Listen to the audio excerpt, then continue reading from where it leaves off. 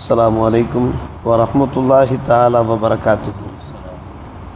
அஊது பில்லாஹி மினஷ் ஷைத்தானிர் ரஜீம். பிஸ்மில்லாஹிர் ரஹ்மானிர் ரஹீம். குல் யா அய்யுஹன் நாஸ் இன் குன்தும் ஃபீ ஷக்கின் மின் தீனி ஃபலா அஅபுதுல் லதீன தஅபுதூன மின் தூனில்லாஹ் வலாக்கின் அஅபுதுல்லாஹல் லதீ யதவஃபாக்கும் வ உமிர்து அன் அகூன மினல் முஃமினீன். ஆமன்னா பில்லாஹ் ஸதகல்லாஹு மௌலானல் அலியுல் அதீம். நபியே, நீர் கூறி விடுவீராக, மக்களே, என்னுடைய மார்க்கத்தில் உங்களுக்கு சந்தேகம் இருந்தாலும் அல்லாஹுவை விடுத்து நீங்கள் எந்த கடவுள்களை வணங்குகிறீர்களோ அந்த கடவுள்களை நான் வணங்க மாட்டேன். மாறாக உங்களுக்கு வாழ்வளித்து மரணம் அளிக்கின்ற அல்லாஹ் ஒருவனையே நான் வணங்குவேன். உண்மை மூமின்களிலே உள்ளவனாக நான் இருக்க வேண்டும் என்று பணிக்கப்பட்டிருக்கிறேன். உமிர்து அன் அகூன மினல் முஃமினீன். மற்றும் சத்தியத்தின் பக்கம் சார்ந்த நிலைமையில் இந்த சன்மார்க்கத்திற்கு உன்னுடைய முகத்தை நீ நிலைநிறுத்துவாயாக. முஷ்ரிக்கீன்களை ஷிர்க் வைக்கக்கூடியவர்களே திண்ணமாக நீர் ஆகிவிட வேண்டாம் என்று அல்லாஹ் பணித்திருக்கிறான். அல்லாஹ்வை விடுத்து உமக்கு எந்த பயனும் தராத, எந்த இடையூறும் தராத கடவுள்களை நீர் வணங்காதீர். அப்படி நீ செய்தீரென்றால் நீர் அநியாயக்காரர்களில் உள்ளவனாக அந்நேரத்தில் ஆகிவிடுவாய் என்றும் அல்லாஹ் கூறியிருக்கிறான். என்று நபியே, நீங்கள் மக்களிடத்தில் எடுத்துரைப்பீராக என்று அல்லாஹ் ரப்புல் ஆலமீன் குர்ஆனில் சூரா யூனுஸ் 10ஆம் அத்தியாயத்தில் 104, 105 வசனங்களாக பதிவு செய்திருக்கிறான். இந்த இறை நம்பிக்கை, இந்த இறை விசுவாசம் ஒவ்வொரு மூமினுக்கும் வேண்டும். அல்லாஹ் ரப்புல் ஆலமீன் அன்னலாரை பார்த்து இந்த அறக்கட்டளைகளை அறிவிக்கின்றான் என்றால் அது அவர்களை பார்த்து அறிவிக்கின்றது மட்டுமல்ல, நம்மை நோக்கி கூறுகின்ற ஒரு வாசகங்களாக, கட்டளைகளாக இருக்கின்றன. ஒருபோதும் நம்முடைய மார்க்கத்திலே சிறு சந்தேகம் கூட வந்துவிடக்கூடாது. காஃபிர்களை பார்த்து அல்லாஹ் சொல்லுகிறான். தூதுவத்துவத்தை அவர்கள் ஏற்க மறுத்தார்கள். நீங்கள் அவரிடத்தில் சொல்லிவிடுங்கள், உங்களுக்கு வேண்டால் ஏதாவது ஐயப்பாடு இருக்கலாம், குழப்பம் இருக்கலாம், ஆனால் எனக்கு எந்த குழப்பமும் கிடையாது. என்னுடைய சன்மார்க்கத்தில் எனக்கு எந்த ஒரு ஐயமும் சந்தேகமும் கிடையாது. உங்களுக்கு ஐயப்பாடு இருக்குமானால் இருக்கட்டும். நீங்கள் வணங்குகிற அந்த கடவுள்களை நான் ஒருபோதும் வணங்க மாட்டேன். நிச்சயமாக அந்த ஓர் இறைவன் அல்லாஹுவைத்தான் நான் வணங்குவேன் என்று நீங்கள் தெளிவாக சொல்லிவிடுங்கள். ஆம், அவர்கள் வணங்கிய அந்த கடவுள்கள் அவர்களால் எந்த ஒரு பயனும் தர முடியாது, எந்த ஒரு இடையூறும் தர முடியாது. அவர்கள் அந்த உருவச் சிலைகளை வணங்கி கொண்டிருந்தார்கள். அதனால் என்ன பண்ண முடியும்? யாருக்காவது ஏதாவது பயன் கொடுக்க முடியுமா?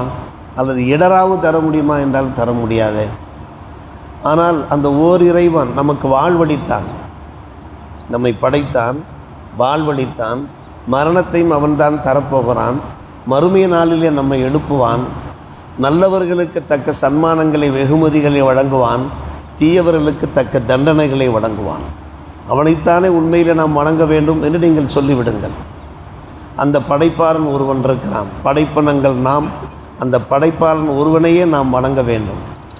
அவனுடைய சக்தி பின்னாலிருந்து வேலை செய்து கொண்டிருக்கிறது. எனவே அவனைத்தான் வணங்குவேன் என்று நீங்கள் தெளிவாக சொல்லிவிடுங்கள். சத்தியத்தின் பக்கம் சார்ந்தவனாக, ஹனீஃபா என்றால் சத்தியத்தின் பக்கம் சார்ந்தவன் என்பது பொருளாகும். இந்த சன்மார்க்கத்திற்கே உன்னுடைய முகத்தை திருப்புவாயாக, நிலைநிறுத்துவாயாக. அக்கீம் என்றால் நிலைநிறுத்துவாயாக என்பது பொருளாகும். நான் இந்த மார்க்கத்தில் தான் உறுதியோடு நான் இருப்பேன், இந்த கடவுள்களால் ஒன்றும் செய்யவே முடியாது என்று அல்லாஹ் இந்த வசனங்களை கூறுவதன் மூலமாக நம்முடைய வாழ்க்கையில் எந்த ஒரு சந்தர்ப்பத்திலும் ஷிர்க், குஃப்ரு வந்துவிடக்கூடாது என்று அல்லாஹ் ஏவுகிறான். கோணலான முரண்பாடான கொள்கை கொண்டவர்கள் தான் அந்த மக்கள். கோணலான முரண்பாடான அந்த கொள்கைகள் நம்மிடத்தில் ஒருபோதும் வந்துவிடக்கூடாது. காரணம், நம்முடைய மார்க்கத்தில் கோணல் கிடையாது, முரண்பாடு கிடையாது. மாறாக எல்லாமே தெளிவாக இருக்கிறது. எந்த ஒரு பிரச்சனையாக இருந்தாலும் கூட அந்த பிரச்சனைக்கு ஒரு தெளிவு இருக்கிறது. நேற்று தினம் ஒரு ஹாஜி நம்மிடத்தில் கேள்வி கேட்கிறார், சந்தேகம் கேட்கிறார். சிறுநீர் பிரிந்து கொண்டிருக்கிறது டியூப் வழியாக. நான் தொழ வேண்டுமே, ஐவேளை தொழ வேண்டுமே, எப்படி தொழுவது? எந்த நேரத்தில் வேண்டுமானாலும் சிறுநீர் பிரியலாம், டியூப் வழியாக பிரிந்து கொண்டிருக்கிறது. நான் தொழ வேண்டுமே, என்னால் தொழாமல் இருக்க முடியாதே. இந்த நேரத்திலையும் கூட அவர் தொழுகையை பற்றி யோசிக்கிறார், சிந்திக்கிறார். அவர் உபாதையில் இருக்கிறார், உடல் நல குறைவாக இருக்கிறார், சுகவீனப்பட்டு போயிருக்கிறார். இருந்தபோதும் கூட அந்த வணக்கத்தை விடுவதற்கு அவர் தயாராக இல்லை. நலமோடு இருக்கிறோம், நற்சுகத்தோடு இருக்கிறோம், உடல் ஆரோக்கியத்தோடு இருக்கிறோம், திடகாத்திரத்தோடு இருக்கிறோம். ஆனால் இறைவனை வணங்க மனம் இல்லையே, சிந்தனை இல்லையே, படைத்த படைப்பாளனை வழிபட மனம் இல்லையே. அவர் கேள்வி கேட்கிறார். ஆமாம், உங்களுக்கும் மார்க்கத்திலே தீர்வு இருக்கிறது. நீங்கள் மௌதூர் என்கிற லிஸ்டிலே சேர்ந்து விடுவீர்கள். மௌதூர் என்றால் தங்கடம் உள்ளவர்கள். நீங்கள் அந்தந்த நேரத்தில் சுத்தம் செய்து கொண்டு, முடிந்த அளவுக்கு சுத்தம் செய்து கொண்டு ஒழுவெடுத்து தொழுதால் அந்த தொழுகை கூடிவிடும். சுன்னத் பின் சுன்னத்தெல்லாம் தொழ வேண்டுமா என்று கேட்கிறார். அடுத்த கேள்வி கேட்கிறார். ஃபர்லை தொழ வேண்டுமா என்று கேட்டு சுன்னத் பின் சுன்னத்தெல்லாம் தொழ வேண்டுமா? படுக்கையில் இருக்கிறார், கேள்வி கேட்கிறார். உங்களால் இயன்றால் தொழுங்கள், இல்லாவிட்டால் அல்லாஹ் மன்னிப்பான். காரணம், ஒரு உதிரோடு ஒரு தங்கடத்தோடு தொழும்போது ஃபர்லை தொழுதாலே போதுமானது. ஆனால் அவர் ஆர்வத்தோடு கேட்கிற காரணத்தினால் உங்களால் அதுவும் சௌரியப்பட்டால் சரி, இப்போது தொழுத தொழுகை நான் பின்னால் கலா செய்ய வேண்டுமா? ஒரு நிர்பந்தத்திலே இந்த ஃபர்லை தொழுகிறோம், இந்த ஃபர்ல் தற்காலிகமாக நிறைவேறுகிறது, பின்னால் இந்த ஃபர்லை நான் கலா செய்ய வேண்டுமா? மூன்றாம் கேள்வி கேட்கிறார். வேண்டியதில்லை, உங்களுக்கு மார்க்கத்தில் இடம் இருக்கிறது, அனுகூலம் இருக்கிறது, சலுகை இருக்கிறது. அந்த சலுகை நீங்கள் பயன்படுத்தி கொள்ளலாம். இது பற்றி ஃபிக்ஹ் நூல்களிலே சட்டங்கள் இடம்பெற்றிருக்கின்றன என்று சொல்கிற அளவுக்கு. அப்படியானால் அருமை சகோதரர்களே, அன்னலாரை பார்த்து அல்லாஹ் அறிவிக்கிறான் என்றால் உம்முடைய முகத்தை இந்த சன்மார்க்கத்திற்கே நீ நிலைநிறுத்துவீராக, சத்தியத்தின் பக்கம் சாய்ந்தவராக என்று எவ்வளோ அழகான வசனம் பாருங்கள். ஒரு காலம் நீங்கள் சிறுக்கு வைக்கக்கூடியவர்களே ஆகிவிடாதீர்கள், இணை வைப்போரிலே ஆகிவிடாது. எந்த வகையிலையும் நம்முடைய பேச்சில், நம்முடைய நடப்பில், நம்முடைய செயல்பாட்டில் சிறுக்கு குஃபுர் வந்துவிடக்கூடாது. பல பேர் அழைப்பார்கள், பல இடங்களுக்கு அழைப்பார்கள், நாம் செல்லவே கூடாது. மார்க்கத்திற்கு புறமான செயல்களில் ஈடுபடவே கூடாது. அவர்கள் சாதாரணமான ஆட்களாக இருக்கலாம், அல்லது அரசியல்வாதிகளாக இருக்கலாம். அரசியலில் இப்படித்தானே செய்ய முடியும் என்று சில பேர் வாதிட்டு கொண்டிருக்கிறார்களவா? எல்லா இடங்களுக்கும் சென்று தான் ஆக வேண்டும், அங்கே கைகட்டி நின்று தான் ஆக வேண்டும் என்று கூறுகிறார்களே. நம்முடைய கொள்கை கோட்பாட்டை நாம் எப்படி விட முடியும்? எத்தனையோ மதத்தை சார்ந்தவர்கள் இருக்கிறார்கள். அவர்கள் தங்களுடைய கொள்கை கோட்பாடுகளை விடுகிறார்களா? அதில் எவ்வளோ வைராக்கியமாக இருக்கிறார்கள்.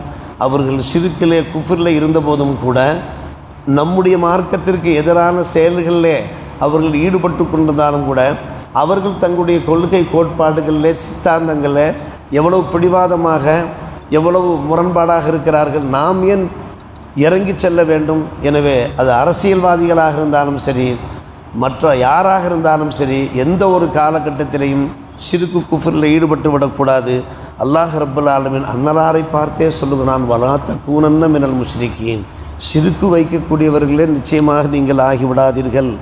அல்லாஹ் அல்லாத, உங்களுக்கு பயனளிக்காத, உங்களுக்கு எந்த ஒரு இடைஞ்சலையும் தராத அந்த உருவங்களை நீங்கள் ஒருபோதும் அழைக்காதீர்கள். அப்படி செய்தீர்கள் என்றால் நீங்கள் அநியாயக்காரர்களிலே உள்ளவர்களாக ஆகிவிடுவீர்கள்.